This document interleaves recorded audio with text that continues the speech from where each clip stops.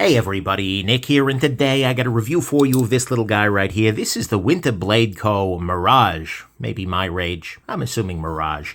Right, and this is a very, very interesting knife by WinterBlade Co. and one that I've been looking forward to talking to you about for a little while here. But first off, in the name of full disclosure, this guy was sent to me directly by WinterBlade Co.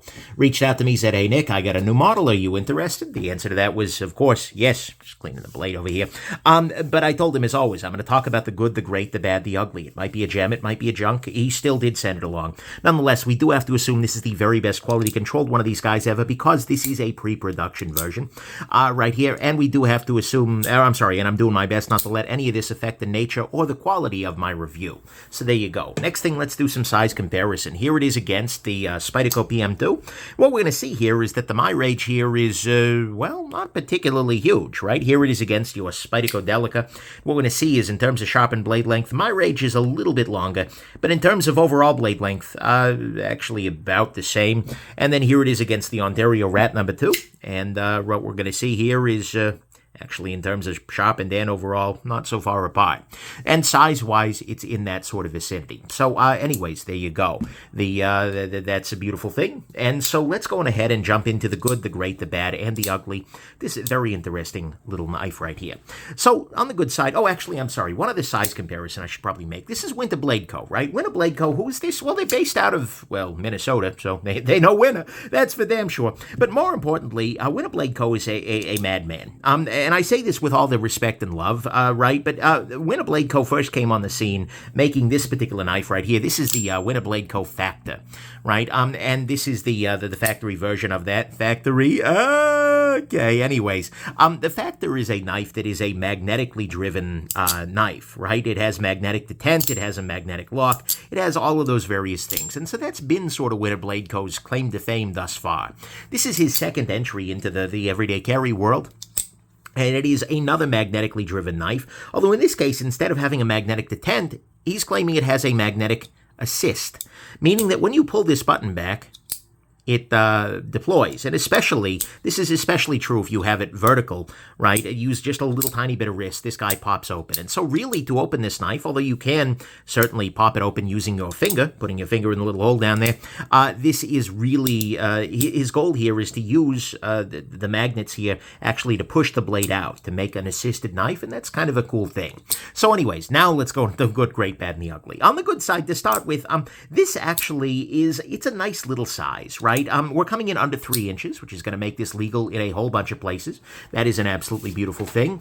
And I think, generally speaking, it's in that sort of size range where it's maybe a little on the thicker side here, but it carries well. It's relatively easy. There's just not a whole lot that I can, complain about with the particular size of this guy. I think it works pretty well, and so that's a beautiful thing. Next up on this guy, clip on this is good to go. It's a little bit on the softer side, but it's not too bad, right? And it has plenty of room over here. It is a relatively deep carry. We're going to carry just about this deep, wow, yes, depth, that's the technical term, of course. It's going to carry at a quite reasonable depth. That's a beautiful thing. And so I very much appreciate the clip. It also is nice, just in that it is relatively futuristic looking. It's cool. Next thing, I do like this little bit of carbon fiber, right? There is carbon fiber here, and there is titanium on top of it there, and that actually does lead to a very nice effect. I think aesthetically speaking, it looks pretty good. The carbon fiber itself looks excellent, and, it just gives the knife a little bit more of an interesting look. The polished backspacer here is also a beautiful thing, and actually serves as a blade stop pin, oddly enough. It is, this whole thing is a very, very beefy construction, even if it doesn't look that way on the start there. So that's a beautiful thing, and for what it's worth, there are G10 versions as well. But anyways, so that's nice. Ergonomically speaking, this is good. It's not this is good. It's not terrible. Yes, that's what good generally means, right? There are a couple of little tiny hot spots, like the edge of this here could maybe be rounded a little bit more, but for the most part, though, this fits pretty well in the hand, and it works pretty well in the hand. Similarly, maybe a little bit more rounding over here, but for the most part, ergonomically, this works pretty well, and, it fits well in the hand. It fills the hand. The verticality of it is nice, such that it doesn't rotate. That's a beautiful thing. Can't really argue with that. Weight-wise, it's a little bit on the heavier side. Let me grab my scale right quick and show you this off. we're going to see here is this guy is coming in 3.42 ounces. Look, this is not actually, practically speaking, that heavy, but it's a 3-inch blade, 3.5 ounces, a little bit heavier than some, right? It's not an ultralight sort of knife. That's a thing. Next thing, this is a relatively ambidextrous knife in that you can access the opening hole from both sides, and you can use your left hand pretty easily to, just use your index finger here to pull back on this little button as opposed to your thumb. One could maybe argue a righty has a slightly better time, but, that's probably just because my left hand is kind of deficient. Sorry about that, lefty, but let's just be real here. You're not the favored son over here. Anyway, so there is that. Now I'm kind of feeling sad for my left hand. Anyways, moving along. Never mind, not going there. So, anyways, that's a beautiful thing. Next thing on this guy, the detent and deployment here are very interesting. It's very different. Like, detent-wise, there is some detent to it, right? But the detent is actually more to do with the lock itself. It feels detent-wise more like an axis lock sort of knife, like a sliding bar style lock than anything, and that makes sense, actually, because it is effectively kind of a sliding bar lock, although it is just one-sided. If you want to watch the disassembly, you can get a better sense of it. But you actually see this kind of rotating little bit here. That's probably that's why it feels that way. But more importantly, it is sort of assisted feeling. If you pop it open, if you pull this lock back, this guy does kind of flop out. It's not enough that it completely opens the rest of the way, but it is enough to be pretty much assisted, right? And so I totally get why he says that. And in practice, carrying this guy, most of the time, the way I opened it was not using the blade hole or anything like that. Although, again, you can very slowly two-hand open it out if you're dealing with Irma in the lunchroom or something like that. Might be afraid of fast movement. But anyways, this is, functionally speaking, this is a very effective deployment mechanism. It works well, it works reliably, and the lock is actually quite nice in that it's very easy to disengage too, right? And it's very easy to close the knife back up. So this is a very one-hand friendly sort of knife, and your fingers are never in the slicing path because you're just interacting with this button. So that's nice. Price-wise, $360. It's kind of hard to put a price on this because there aren't that many competitors, right? Like, who else is making magnetic assisted knives with M390, which we'll get to in a second here? There's not really a whole lot of competition out there, so I feel like price-wise, it's kind of in the vicinity, right? $360 is a good bit, and that's the pre-order price. They may end up going up at retail because, well, who knows, right? But anyways, it's a reasonable price point. I don't know, like, I would like to see it come in a little cheaper, but at the same time, it is done predominantly well. There are nice polishes, things like that. Assuming that the final factory versions are equivalent to this guy, it's not out of line. You have to like what you're getting here, absolutely, but if you're paying $300 for anything, you have to like what you're getting, right? Be kind of dumb otherwise. So, anyways, I think that's a very nice thing.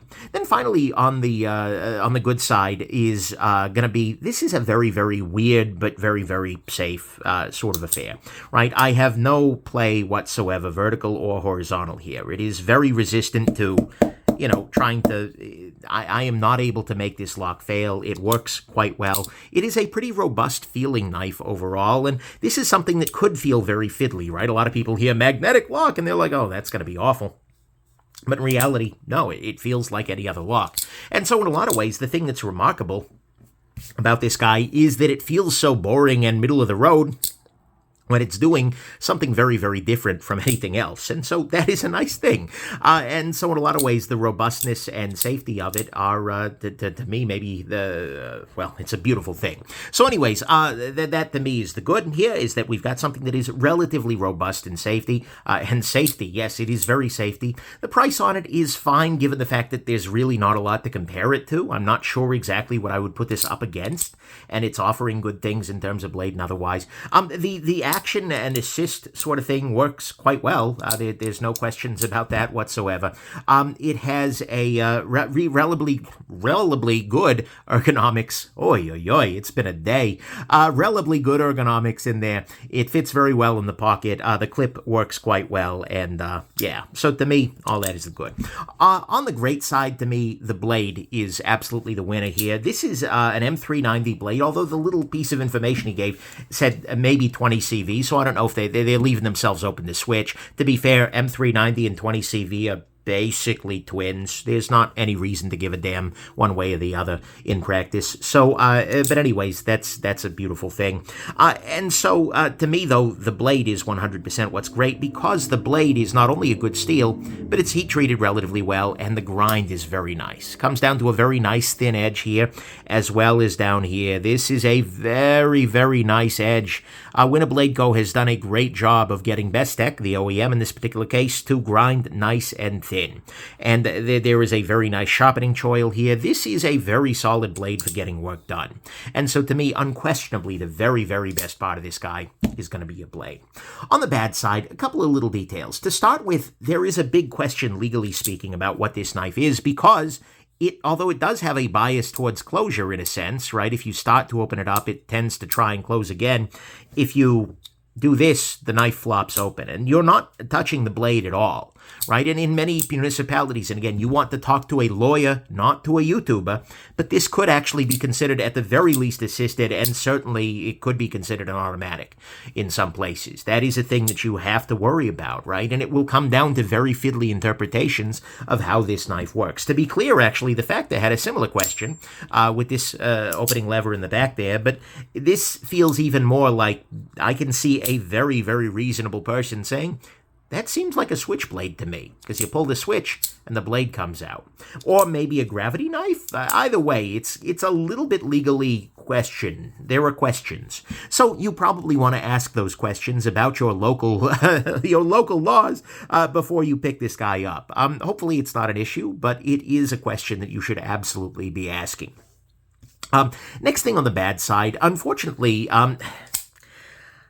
this, in a lot of ways, feels, and I think this is not really about the knife particularly, but next to the Factor, this feels a lot more normal, right? And that's fine. It doesn't take much to feel normal next to this guy, right? That's like somebody standing in an elevator with me. It's not hard to be the normal one in that elevator, right? But this feels much more normal, and in many ways, that's a testament to how normal and boring, so to speak, a good old-fashioned, magnetic knife can be made to be. But in a lot of ways, it ends up feeling a little bit like a demerit, right? WinterBlade Co. has done all of this really wild stuff with the Factor here. You see all the wild prototypes, and this feels just like a knife. And at some level, that's great, right? I've often said that one of the very best things a piece can be is boring, but in a lot of ways, I don't know, it just feels very different. And so I think for a lot of people who are buying WinterBlade Co. wanting something exotic, wanting something bizarre, this is going to feel, very effective, very good. It's a solid tool,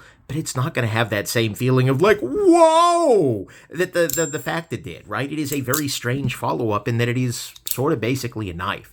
It's a good knife, what it is, fundamentally, but it's just a knife. And so for a lot of people looking for something exotic, this might not blow them away the same. That said, I think, WinterBlade Co. will probably be doing something bizarre soon, so this is probably not a long-lasting issue. But it is definitely something to consider. Next thing, the disassembly on these, unfortunately, and these, I mean also this guy, is a little bit fiddly, right? WinterBlade Co. has very specific kind of guidelines about how to do the disassembly, what kinds of materials you should be using in the various pieces here. It is not something that takes apart like every other knife out there, and it is going to be very sensitive to positions of different things, magnets, etc. You can watch my disassembly video to get a sense of how that worked, but nonetheless, it is a thing that you're going to have to do a little bit of extra work relative to any other given pocket knife in order to have it run well, to not develop lock stick, etc. That's not something I love, honestly. I totally get it's his product, he's allowed to tell people how to take care of it, but in a lot of ways, a product that is in a pretty normal category, that is requiring something fundamentally different from every other product, not so impressive, not so compelling. I kind of hope that in the future he's able to find ways to make this guy work in a lot of ways for disassembly and in terms of lubrication, in terms of other things, work a lot more like what we're used to, because I think that just makes it a little bit easier, a little less dramatic. To deal with there. And then finally on the bad side, this guy does have magnets around it, right? This, for instance, watch spring bar tool is not resting on this of its own accord, right? This is magnet, right? There are magnets there. There are other magnets all around here. This is a magnetic knife at its core.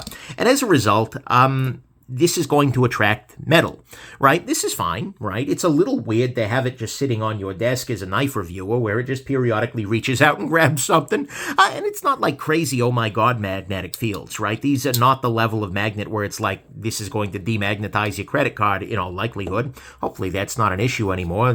Chips, well, we need chips, let's be real here. And so that's a thing, but it is a thing to consider, and particularly if you are working in a setting that is going to be heavy with metal dust. Like if you are a machinist, for instance, this is probably not a really good choice for you to carry at work because all of the various filings and such will stick themselves inside of this thing. This is a knife that is very well suited to an office, that's very well suited to a verdant field free of iron in the soil, nice brown loam. That's all of the soil science I remember from. Anyways, I digress. This is a watch. Or I'm sorry, this is a watch. Yes, this is a very good watch. You can tell the time because it's time to look at this knife. Anyways, I digress. This is a knife that is very, very good in some situations, but unfortunately that magnetism makes it a little bit more situational. And that's a thing you want to consider. So to me, all of that is the bad, is that the magnets are absolutely magnets. My God, that's the dumbest bad thing I've ever said. But at the same time, they do have downsides for people in very specific sorts of situations. The disassembly, it's a little bit of a diva. Let's just be real here. This feels very, very normal next to the Factor, and in some ways, that's a beautiful thing. It'll make it a little bit more. Although I don't think the Factor is that impractical. I really like this knife, and in a lot of ways.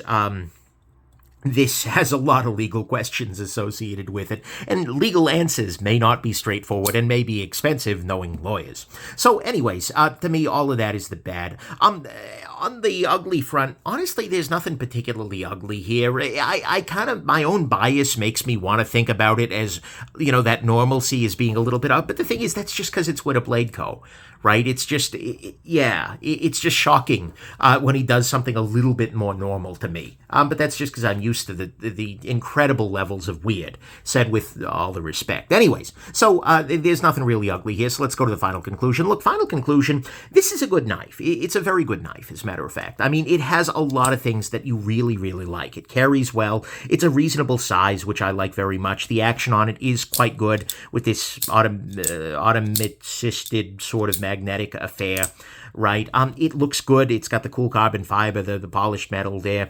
It works quite well, and most importantly of all, the blade is great. This is a nice M390 blade that is meant to slice, that is meant to cut. That is just great. I'm a big, big fan of that.